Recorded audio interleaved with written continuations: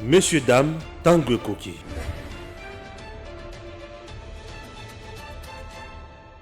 Messieurs, dames, au moment où je vous parle, Kingakati, site touristique, l'État congolais a kozwa yango, a récupéré yango, et Joseph Kabila a moni que il est tellement coincé dans makambo ebele, a préféré battre partie touristique ya Kingakati, o etonda na biloko ya ndenge na ndenge, ya ndenge ya somo pa ya suka, zara kati ya émission na biso po oyoka elenge ya makambo tokoloba mkola lelo. Eloko msusu ya mibale français, italien, juif, azui kizunguzungu, awa tozali koloba boye congolité toujours et congolité d'abord. Singi pululu mwana mboka de père et de mère, azui makanisi alobi bana nyonso baganga ki bakolia batu bazangi batu ya kolia mino ezali susu te ba se rendre compte que mino epola ki likola diamba. Chers compatriotes, awa tozali koloba boye lelo dépôt ya mobeko oyo ekoya pona ko longola mboka na biso na boumbo ya bayeba mesana ko kosa biso pe kolia misolo ya congolais nyonso congolité makambo ebandi.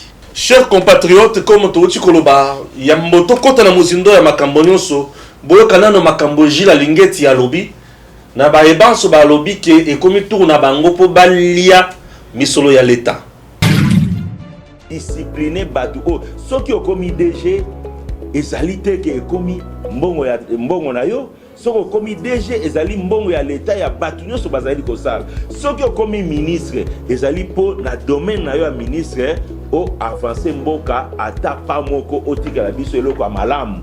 Ezali te ke soki okomi ministre osepeli olobi ke nga oyo tour na ngai, soki okanisi eza tour na yo ezali tour na yo pour la prison. Ezala tour na yo pour la prison. Merci de père et de mère. Original. Ya kasuka ya Yamakila. tunanga mutuna na kota makambo badana mambo kabila Yamakila. tunanga mutuna na kota Très bien. makambo Kingakati et comme site touristique. bato bayebaka nanu te Kingakati a deux parties. Kingakati partie ndako ya Joseph Kabila. Kingakati site touristique.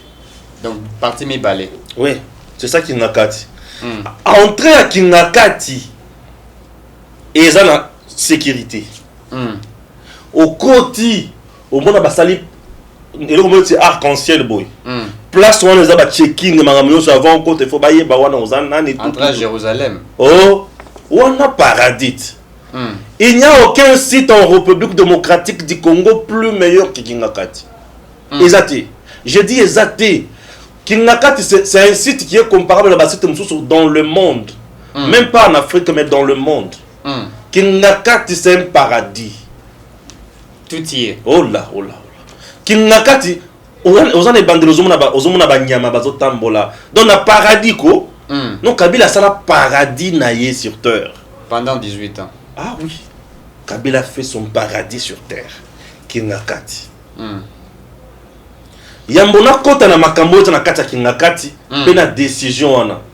Pourquoi Kabila qu'est-ce qui ne va pas entre Kabila et le pouvoir en place? Avant na pesa ba information appropriée na banano quelque part pour pas comprendre bien. Très bien. OK, yom to lukaka histoire na pesa siko histoire et Kingakati po ebité. Kingakati ezana kati ya batu o ya presque maluku. Ozolanda Kingakati ezalaki esika oyo bato bazalaki na biloko na bango ebele bato wana bazalaka balongolaka bango. Kabila avait donné l'argent na bato oyo il fallait ki ba indemniser bato mususu. Siko ba konjo bazalaki na maluku. Na otanga ba kombo lelo te. Ba pesa bato mususu ba mbongo te. Balia mbongo. Balia ba mbongo. Mais Kabila kutuna bato wana ndenge nini ayebite. Kingakati est vendu. Kingakati est tongami pendant 18 ans ya Kabila. C'est depuis pouvoir ya Félix Tshisekedi. Au début Kabila était là. À un moment donné et bandi ko boiter puisque bato banda ko loba non il faut ka bonana Kabila simbate moi tongo boy moni Kabila pas Tshisekedi. Moi ne ferai boy moni Kabila pas Tshisekedi. Mon blocage côté Kabila na Selena Tshisekedi. Tout ça bato ba bayaki makambo. parce que Kabila a géré très mal le Congo. Les gens ne pouvaient pas accepter comment Kabila continue toujours à la une à l'actualité n'engwana. Batu ba lembaki eloko wana. Et batu ba lobby trop c'est trop, on doit mettre fin à makambo. Félix écouté.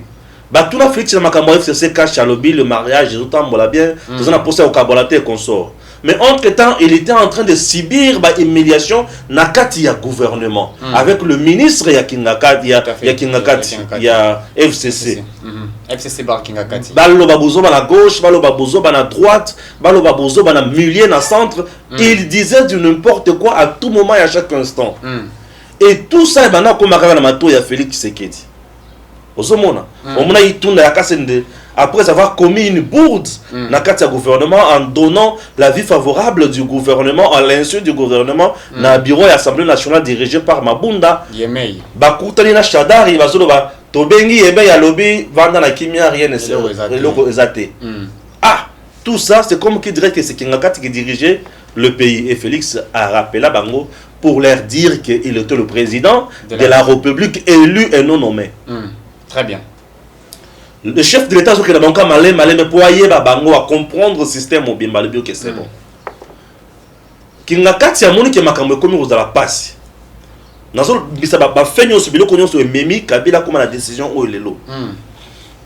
Kingakati a moni que makambo so comment passer. Kingakati a moni si à se rendre compte que Félix a commis mutu mususu. Félix a mettre fin à makambo mariage à FCC cash. Félix a proposé consultation.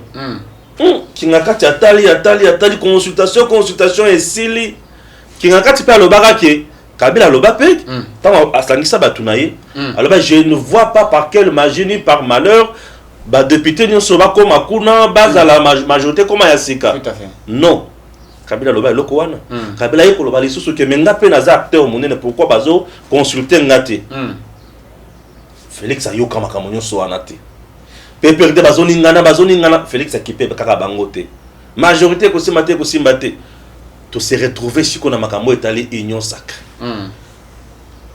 na assemblée nationale Kabila moni ki makambo komi ko koma ndongo mabunda kwei Kabila le beta tetena kende Kabila se retrouver na katanga na ferme na ye FCC divisé na kati na bango. Non, parce que comme Makambato bayi bakate. FCC comment qu'est-ce qu'on divisé. Mais pourquoi qu'il na katanga tiki biso koto? Pourquoi qu'il na ferme na kachamata tiki biso koto? Kabila avait déjà vu de loin. Il est intelligent. Il est sage. À mon peut-être ah Makambo comme ma bé. Tu vois lorsque Ozala qui président de la République. Au moni politique et bani ko kendenenge mususu. Et surtout aux amuto yeba ki Makambo kamalam. Il faut qu'on yeba komi yebela. À le bité ah na kobeba. Nakende Kabila Akim il sait de partir na baninga naye sans qu'il y ait bisa bango eloko taka na silence naye yebo na kei a se retrouver na kachamata avant diku a observer atali li sous côté na Kinshasa majorité pesa kei a le but majorité kei c'était l'unique bloc cadenas au Kabila zaki nango le parlement. Le Parlement était dans le main de Joseph Kabila. Tout à fait.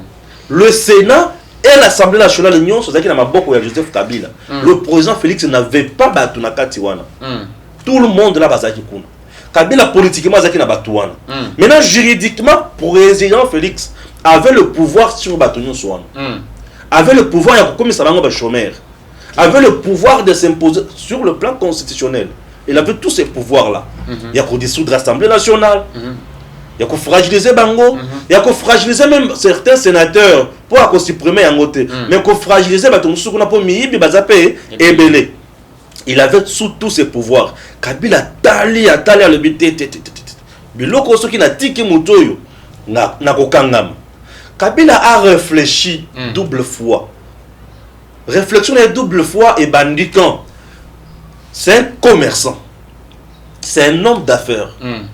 Atali kotoyo ayoki kuna ije falobi ba titre d'exonération ba marchandise ekoti ebele batu basaleli mboka ba piye yango eloko wana ebeti Kabila na matoyi ayebi très bien que asana ba titre d'exonération eloko liboso ba simba ya Kabila c'était égal Entreprise égale. Bakanga ba marchandise égale la Congo centrale.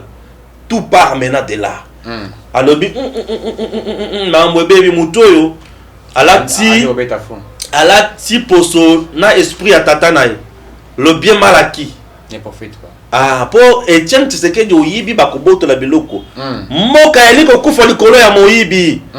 Etienne Tshisekedi aloba wana phrase magique. Mboka yaliko kufa likolo ya moyibi. Bato bagangi. Alors, à mon équipe, bakangi kuna petite d'exonération, ba marchandises paralysées à gauche, à droite. Kabila a des entreprises dans le pays Mobimba. C'est ce que les gens ne savent pas. Et là, des affaires n'ont partout dans Mboka. Tel qu'il est là. Naba banque, naba carré minier, il est partout. À mon équipe, j'étais homme fort, Nazaki n'a même mise sur ma monioso. Maintenant, aujourd'hui, je ne les suis plus. Et pour me garantir une bonne sécurité, je dois faire de tout mon mieux pour attiquer la moto d'abord politique. Kabila a tiki politique qui est Félix. Place quoi tu vas comprendre ce quoi. Kabila tiki politique qui est Félix. Et c'est ba moni pesant que Kabila tiki bango. Ba et belé nous na ba kenda bango quand ça nous va comprendre moto ya za suna bisoté. Pour Kabila comme ko sauver ponaye. Tout à fait. A comme sauver biloko naye. Alors bi moto yo akei. Nde omonaki bato FCC belé ba ke mbango pas Félix. Mon conjitoyer. Mon conjitoyer. Je vais adhérer. Oh, basala qui n'a choisi. Pourquoi? Puisque le président Félix Assi Azoki envole moko sakanate. Virage moko ya sakanate. Tout ça constitutionnellement il avait le pouvoir et sur le plan il y a peuple, population qui n'a soutien envers Félix Makasi. Kabila a été tué, détruit par ses collaborateurs. Pour y avoir large na bango, article na bango basala o balingaki, ba boma et ba kata et monsieur ça, et Kabila s'est rendu compte qu'il n'avait pas de racine, ni racine pivotante. C'est le peuple. La racine pivotante du pouvoir, c'est le peuple. Donc population ce qui a boyo, c'est que la racine pivotante est kati. Or c'est la racine principale d'un arbre. Pour na biso ba totanga. Makamona lo ba boyo ye bien. Makambo primaire. Dis-le, c'est dans tout, racine pivotante. Alors, à se rendre compte que Azali Sousona Makambo Wanate. Très bien. Avant de pimper dans le vie, Motoyo, non, ça n'a rien. La riche de Kabila. Alors, n'a pas compté sur le Félix. C'était. Oh, majorité, n'a pas sauté. Ami Benda. Yoga Bilem, Nina Bandi. Oh, tous ont fêté journée à musée. Il y a un musée entré à Afdel Koso, na Kabila. En tout cas, j'aimerais. Qui au salon, on va mettre la Kabila avant de payer.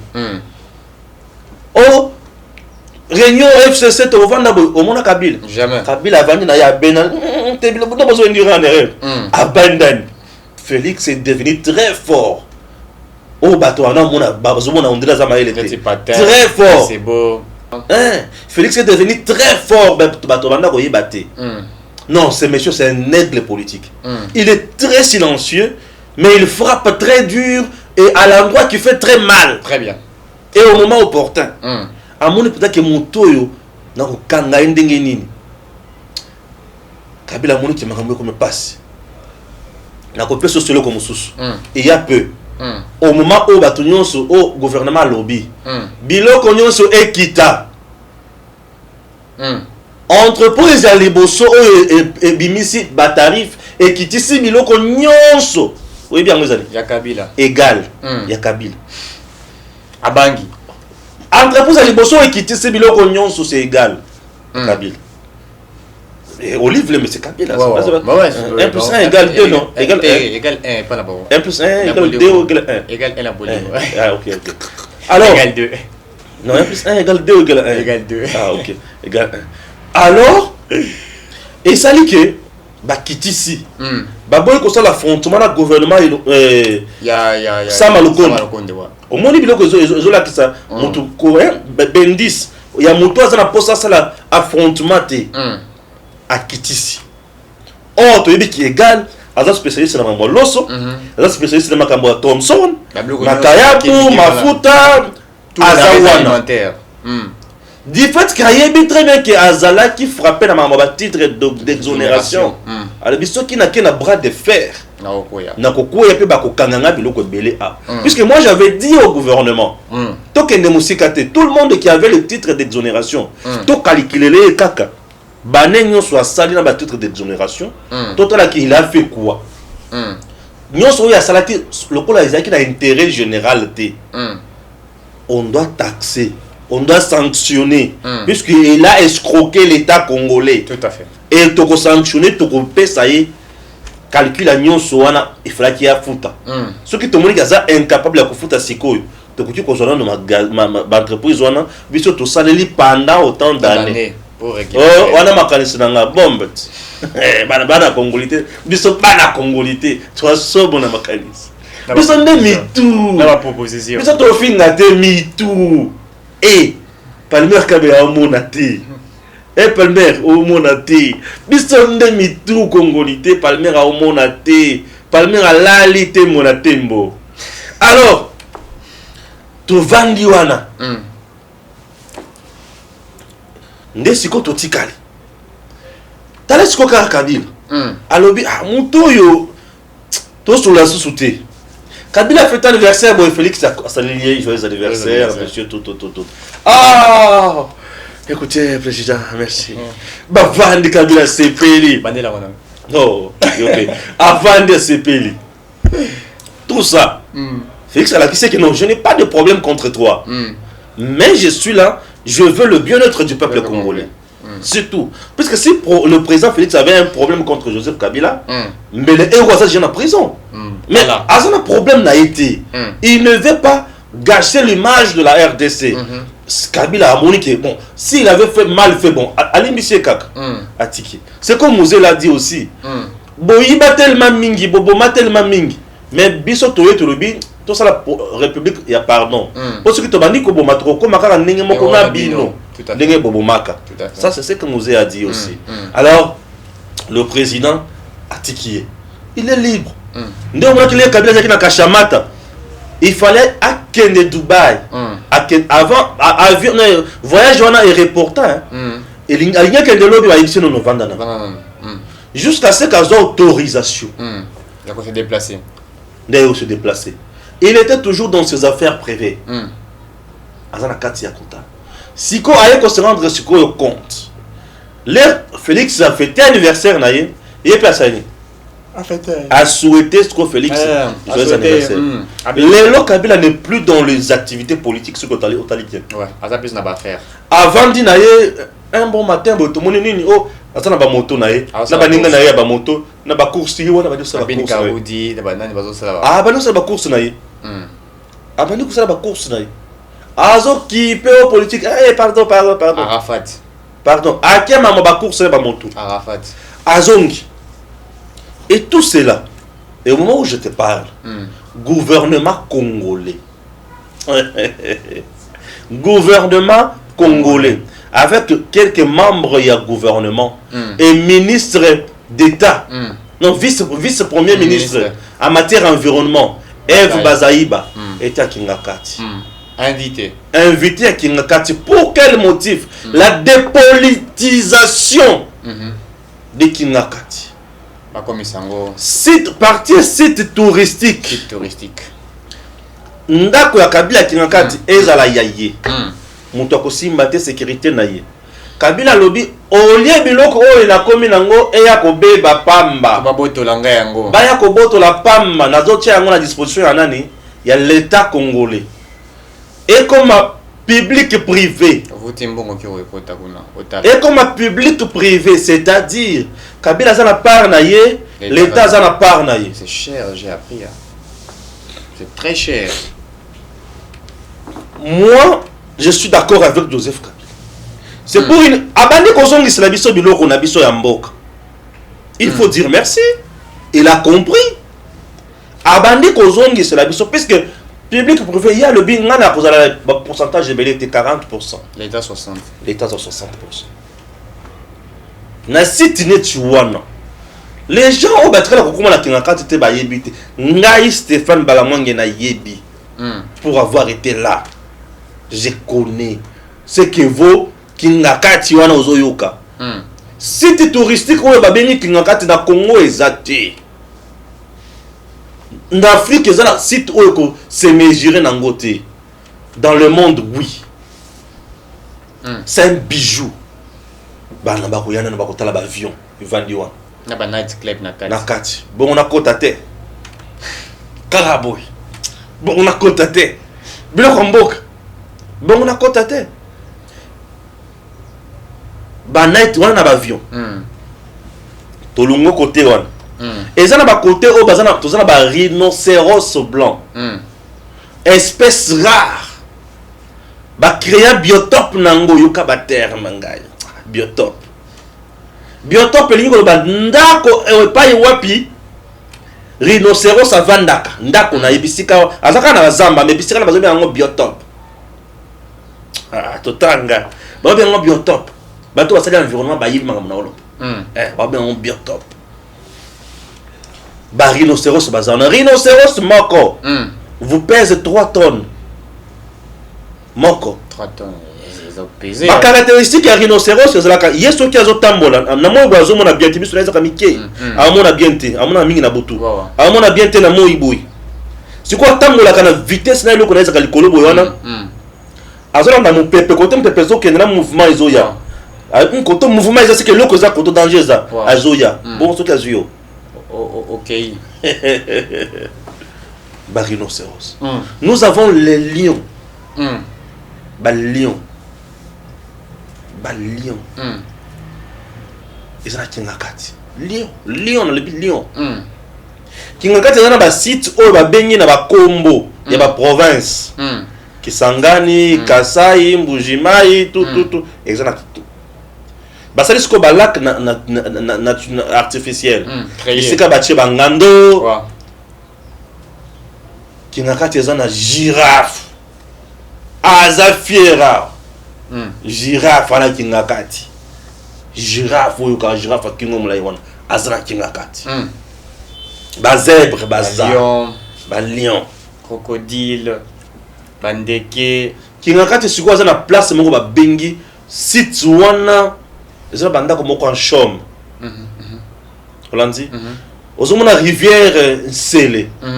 Et continue kati Kingakati. Bato bakina kasko na mai ya rivière wana ba deruta pa yango na kati wana lisusu ya Kingakati zelengit Kingakati zana makadama kitoko zela kitoko ça je sais Kingakati n'est pas sale même pas un morceau de papier na sei zate Kingakati c'est un paradis je te dis ceux qui au kira lipa bacha boudin c'est $5 lipa ya mwa muke boye bacha boudin lipa so mara 300 francs libanda omuna na Kingakati oke mbango na za lipa na lia $5 bon ce que ça qui na 3000 francs en poche ndeko lapa alors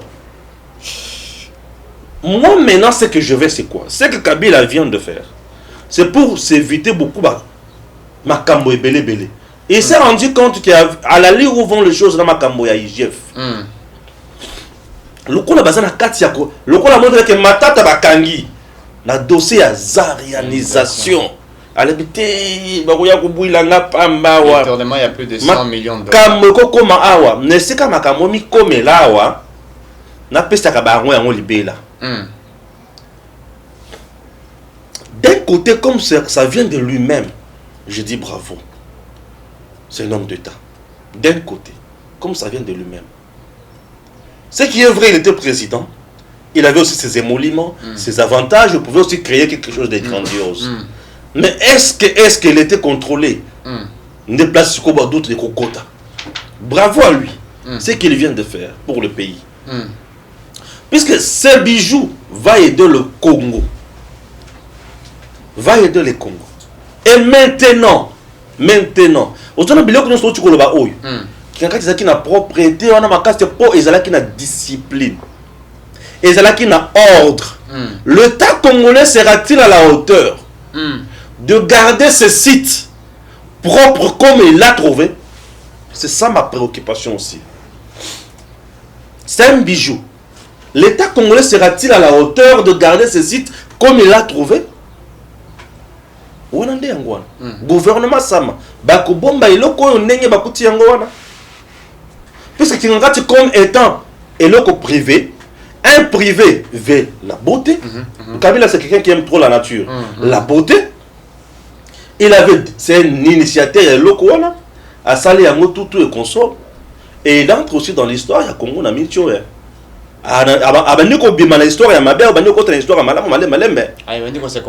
Attention, ça peut aussi jouer sur le plan électoral et l'ambatunaïm ce soir. Ça peut aussi jouer pour comme il se racheter.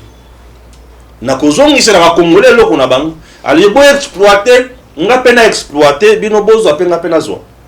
Nesika na zo kaka nga moko. Il a montré son amour ou son affection à Mboka. Quelque part à Bangipe Makamosu ya Mboto Mboto. Et maintenant se rendre compte encore que il faut l'État azwa. L'État congolais sera-t-il à la hauteur? Il y a que bomba site au nez à côté yango. Le conseil public privé qu'on mette en place une gestion mixte. Gestion mixte, il y a l'État, il y a Kabila. Batouana va vendre ensemble. Il faut nous éviter le poison. Hein. Il faut nous éviter le poison. Va vendre ensemble. Basali Moussala et bon aux autres qui na banque. Ou il y a un pourcentage de niveau de la banque. Ou il n'y a pas un pourcentage de niveau de la banque.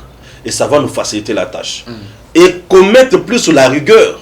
Une gestion rationnelle, une gestion où il y a la malame mingi et qu'on y engage le jeune compétent pour lutter contre le chômage. Et mbongwana côte à la caisse à l'État. Et comme ça, l'IGF aura aussi un œil regardant sur ça.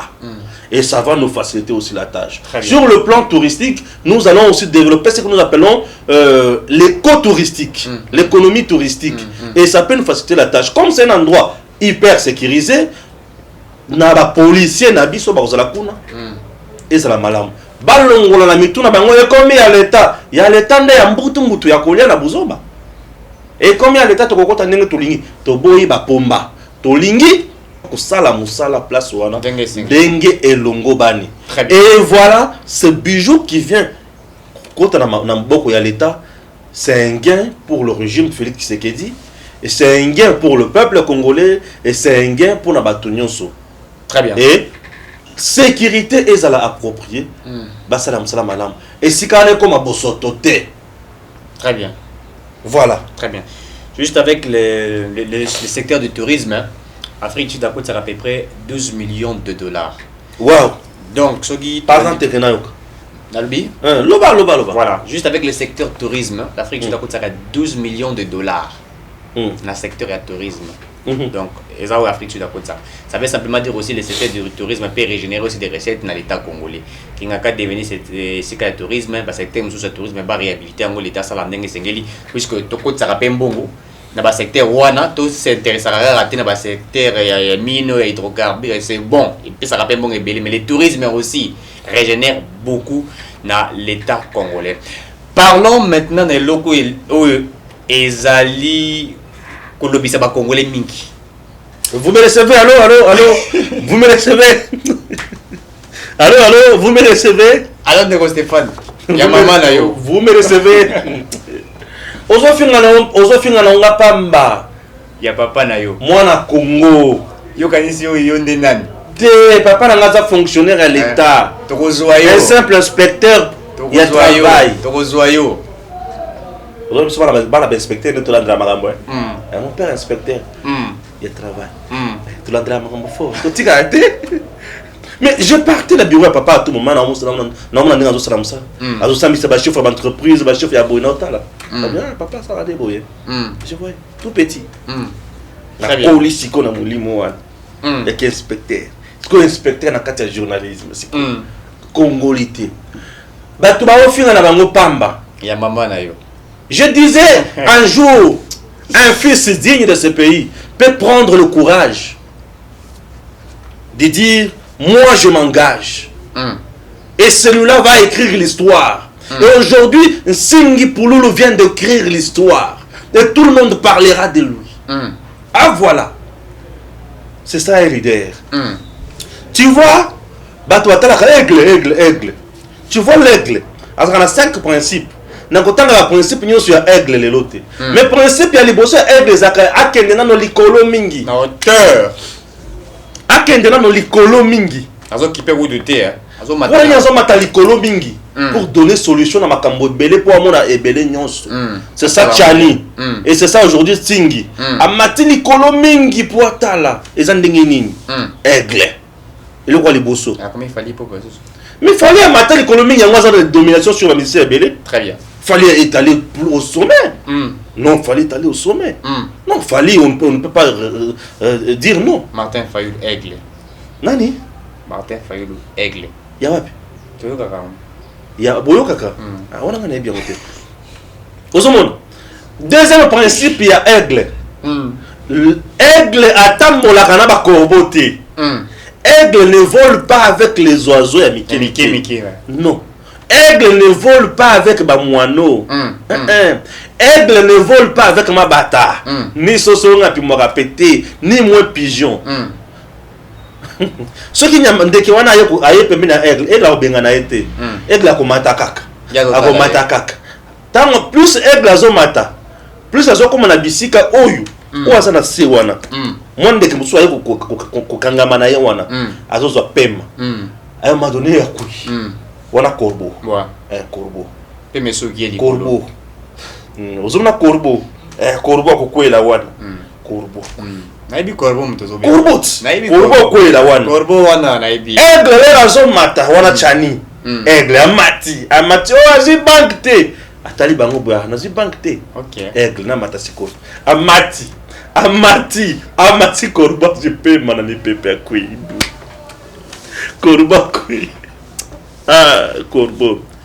Aigle attends le kana oiseau nous sur pété puisque ba ko répondre la vision na été ba ko mata bisika ko komate et un autre aigle ou a préféré à mata bisika Tchani aza Tingi Pululu aigle Tingi Pululu a compris qu'il faut écrire l'histoire et ça c'est l'histoire la plus noble qui va sauver le pays et le peuple congolais n'oubliera jamais Tingi Pululu et je battrai campagne pour Tingi Pululu na komanda ko bande ko ndenge déjà boy bisika tout Tingi Pululu akozala apostiller voter il faut na yeba ki akozala circonscription nini na ko ndeko sa ole kuna pona voter Tingi Pululu aigle il vient de nous arracher na maboko ya banguna il vient de nous donner notre souveraineté il vient de nous donner les sourires Tingi Pululu ah dimi alobi je prends la main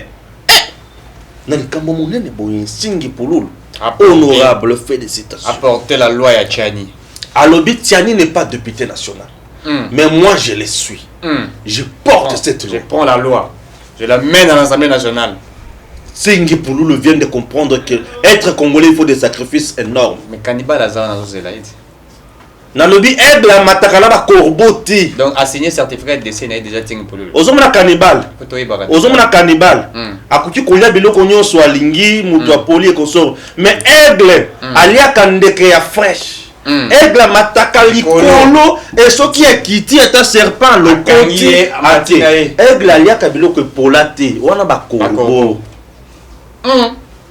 corbeau nde mutu aliaka biloko epola na morgue na tangi mutu te nazona ko makambo ba aigle ça faut comme corbeau yo peux se comprendre gâté on kila ngama kamona safu zambe na ngai ngana ibike ba vie na biso ba Congo bana ya papa Kasavubu baliaka mingi safu mwamba ya moto muke safu mwamba ya moto muke bache safu na mwamba ya moto muke bali esema ba mai bato kisa makasi te baliaka safu na mwamba ya moko ya moto muke bache babandi kolia ezaka na mo safu azaka na mwanzoto muke mwa poso muke mais azana na noyau munene moi masse ezaka muke mais noyau ezaka munene muko eza munene mais moi musuni muke aigle mataka likolo akoya kozwa partout aigle apeshaka tina mai très bien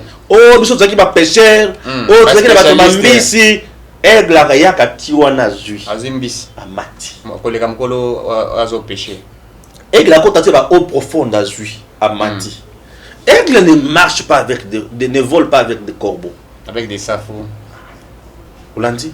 Basafu eza bato bazana bazemi baliaka biloko ya mike batilaka mai ya moto te. Moi mai moko eau tiède. Ozolanda. Et puis ça la musala makasi te. Mais aigle aliaka biloko epolaka te o ba corbeau baliaka. Aigle ne mange pas ça. Biloko epolaka eza biloko moyibiti. Eza biloko mabe. Très bien. Oh Gilles Lingeti azolanda la biso mikolo. Gilles Lingeti Mukamate. Kamate. Mukamate. Kamate. L'homme qui est non la star aujourd'hui dans le régime de Félix. L'homme fort c'est Gilles Lingeti. Tout à fait. Tout à fait. Ici dans le régime de Félix les hommes forts bazana pona koboma batute. Oh pour l'intimidation yo. Les hommes forts il y a Félix ce qui dit bazana pona kobomate. Les hommes forts il y a Félix bazana musala. Jules Lingeti akiti bato sur le homme fort. Bami binyo sur insomnie. Bah comment on a le kaya pembe. Tension. Tension. Jules Lingeti yewan. Homme fort il y a Félix yewan Jules Lingeti. Oyibi o eza tour na ngai na boloko. Mukamate. Gilles Lingeti. Tu vois? Nsingi aujourd'hui. Et Nsingi n'est pas seul. Plus de 200 et quelques députés nationaux. Tout à fait d'accord avec la proposition de loi Tchani portée par Ntingi Pouloulou. Et puis au-delà de ça, les lots. On les a émissions très bien. Très bien. Alors, Ntingi Pouloulou a dit Makambo. Vertige, alors vous me recevez comme quand mais appelle les autres les sous le téléphone sur les cas.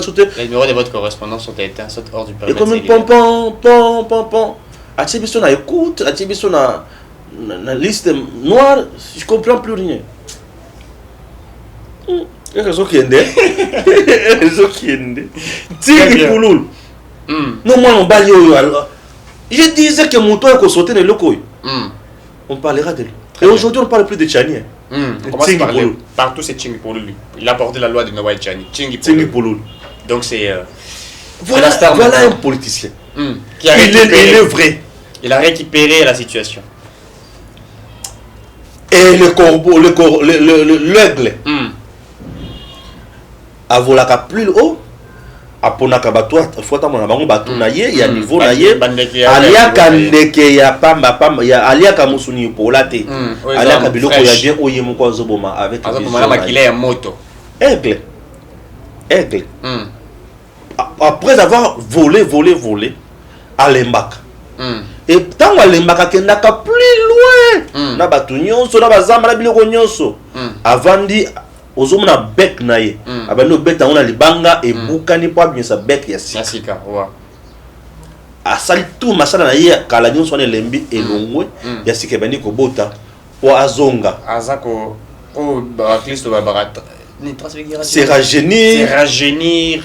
C'est métamorphoser. C'est ça l'aigle. Et l'aigle c'est rajeunir ça quand dengi wana. Et en politique, un homme politique doit savoir se retirer lorsque ça ne tient pas à gauche, tourne à droite pour aller au piste moussous. Des stratégies. Tchani a quoi pour la maman ya banque. Ah merci. Ok, qu'on se rajeunir autrement. Je suis là pour le pays et non pour la banque. Et je vaux mieux que la banque. La Congolité. Très bien. Et les sous bien ah Congolité. Oh ala les Congolité. Oh yango les sous. Très bien. Donc tout le monde aujourd'hui a devant responsabilité naïe. Parfait. Tu veux sauver le pays ou tu veux le brader. Si tu veux brader le pays, même future génération nayo et qu'on limbi sakayote. Aujourd'hui, on parle de Ngalola Panangila, on parle de ceci, on parle de Boboliko, on parle de Lumumba, de Kassavo, tous ces gens-là ne sont plus aujourd'hui. Mais on parle d'eux, en bien ou en mal. Et Lumumba aujourd'hui, on parle de lui en bien ou en mal. Kassavo, on parle de lui en bien ou en mal. Et tout le monde là a fait quelque chose. Musée, Laurent de Sré Kabila ne plus. On parle de lui en bien ou en mal. Ne jamais trahir le Congo. Très bien. Tango Koki.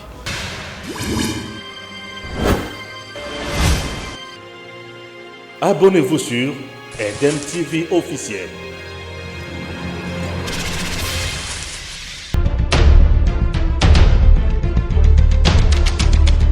Tango Koki avec Stéphane Balamoke.